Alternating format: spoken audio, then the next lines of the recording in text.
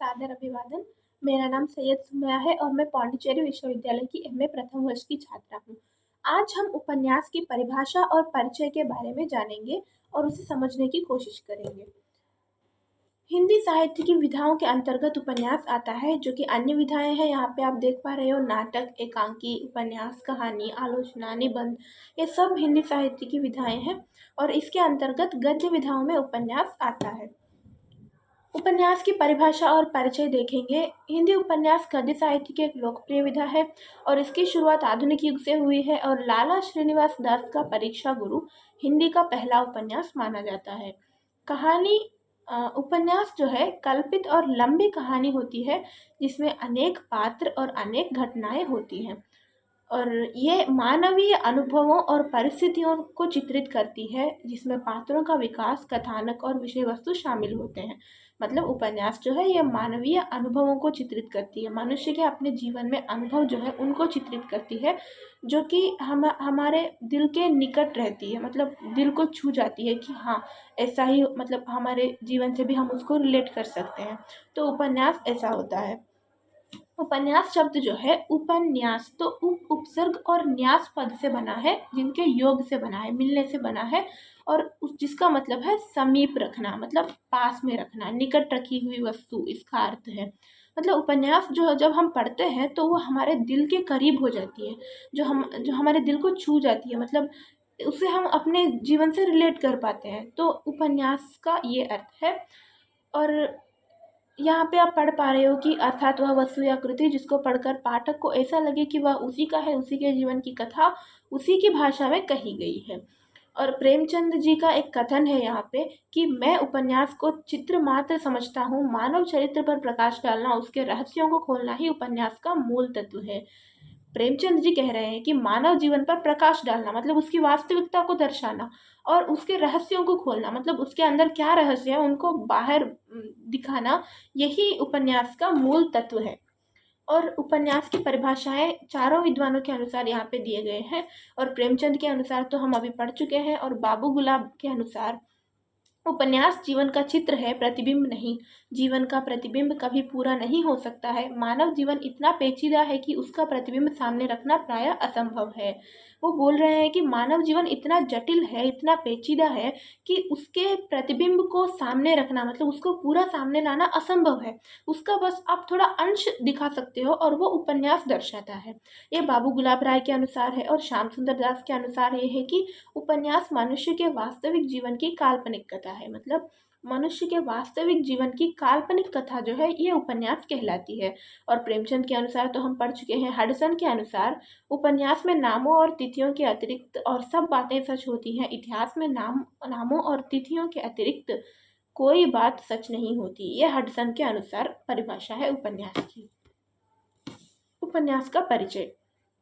तो उपन्यास जैसा हमने पढ़ा आधुनिक गद्य की प्रमुख विधा है। इसका जन्म 18वीं शताब्दी के में पश्चिम में हुआ और उपन्यास का अर्थ है जो सामाजिक जीवन से अत्युन्नत निकट हो, मतलब सामाजिक जीवन के पास हो, सामाजिक जीवन से मेल खाती हो। और सामाजिक जीवन से निकट होने के कारण ही इसको आधुनिक युग का महाकाव्य कहा गया है।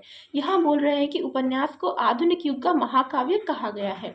और यहाँ पे रॉल्फ फॉक्स ने अपने प्रसिद्ध लेख the novel an is an epic में उपन्यास को महाकाव्य में के समक्ष बताया है। उन्होंने अपने एक नॉवेल प्रसिद्ध लेख the novel as an epic में उपन्यास को महाकाव्य के समक्ष बताया है और उपन्यास का मूल संबंधी यथार्थ से माना है और इसी अर्थ में यह पारंपरिक आख्यायिकाओं से अलग है। पारंपरिक आख्यायिकाओं से दूर हटकर यह मूल संबंधी यथार्थ में माना जाता है। और उसके बाद ब्रिटिश उपन्यासकार डेनियल डिफो को आधुनिक उपन्यास का जनक माना जाता है। ब्रिटिश उपन्यासकार जो है डेनियल डिफो, इनको आधुनिक उपन्यास का जनक माना जाता है। और नावल को बंगला और हिंदी में उपन्यास कहते हैं, उर्दू में नावल, मराठी में कादम्बरी और गुजराती में नवल कथा नाम से बुलाया जाता है। और भारत में उपन्यास की विधा जो है यह पाश्चात्य साहित्य की देन है, भारत की नहीं है। और जिसका सबसे पहला प्रभाव जो है बंगाल साहित्य पर पड़ा, बंगला साहित्य जो है उसके ऊपर पड़ा है। और अंग्रेजी साहित्यकारों ने मतलब ये फील्डिंग कृत टॉम जेन्स की तर्ज पर टेकचंद ठाकुर ने अलालेर घरेर दुलाल नामक उपन्यास रचा, जिसे कुछ विद्वान प्रथम बंगला उपन्यास भी मानते हैं। यह प्रथम बंगला उपन्यास है जो एक विद्वान द्वारा रचा गया था। और दुर्गेश नंदिनी की रचना कर प्रथम मौलिक उपन्यासकार के रूप में ख्याति प्राप्त बंकिम चंद्र भी, मतलब दुर्गेश नंदिनी नामक रचना की है बंकिम चंद्र चटर्जी ने। इनके ऊपर भी अंग्रेजी उपन्यासकारों का अत्यधिक प्रभाव था। मतलब जो भी उपन्यासकार थे उस समय के, उनमें अंग्रेजी और बांग्ला उपन्यासकारों का मतलब उपन्यासकारों या फिर उपन्यासों का प्रभाव था, बहुत ज़्यादा प्रभाव था। और 1862 ईस्वी में भूदेव मुखोपाध्याय द्वारा बंगला में नावल का अर्थ में उपन्यास शब्द का प्रयोग किया गया था, और बंकिम चंद्र चटर्जी ने अपने रचनाओं के माध्यम से उसे लोकप्रिय भी बनाया था।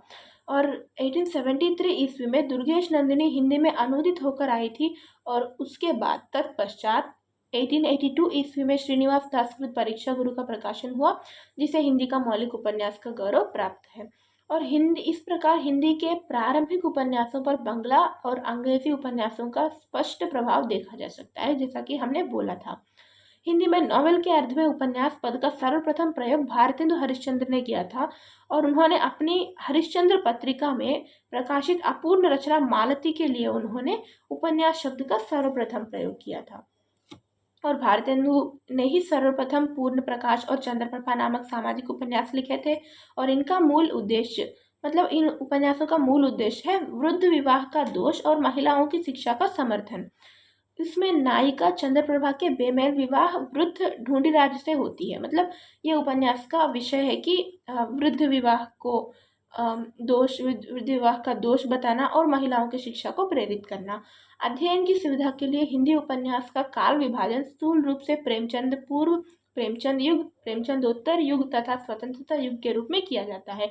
अब इसके बाद वाले वीडियो में हम देखेंगे कि हिंदी उपन्यास का काल विभाजन, मतलब उसका विकास क्रम जो है, प्रेमचंद पूर्व युग मतलब प्रेमचंद के पहले वाला युग, प्रेमचंद युग, प्रेमचंद का युग, प्रेमचंदोत्तर युग, प्रेमचंद के बाद वाले युग के रूप में, और स्वतंत्रता युग मतलब हम स्वतंत्र होने के बाद जो कविताएं या कहानियाँ उपन्यास लिखे गए हैं वो उस रूप में किया गया है।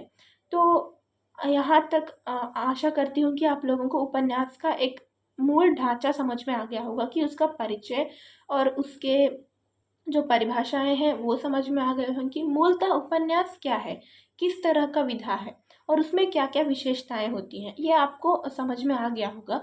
और अगली वीडियो में हम उपन्यास के विकास क्रम पर प्रकाश डालेंगे और उसे समझने की कोशिश करेंगे। धन्यवाद।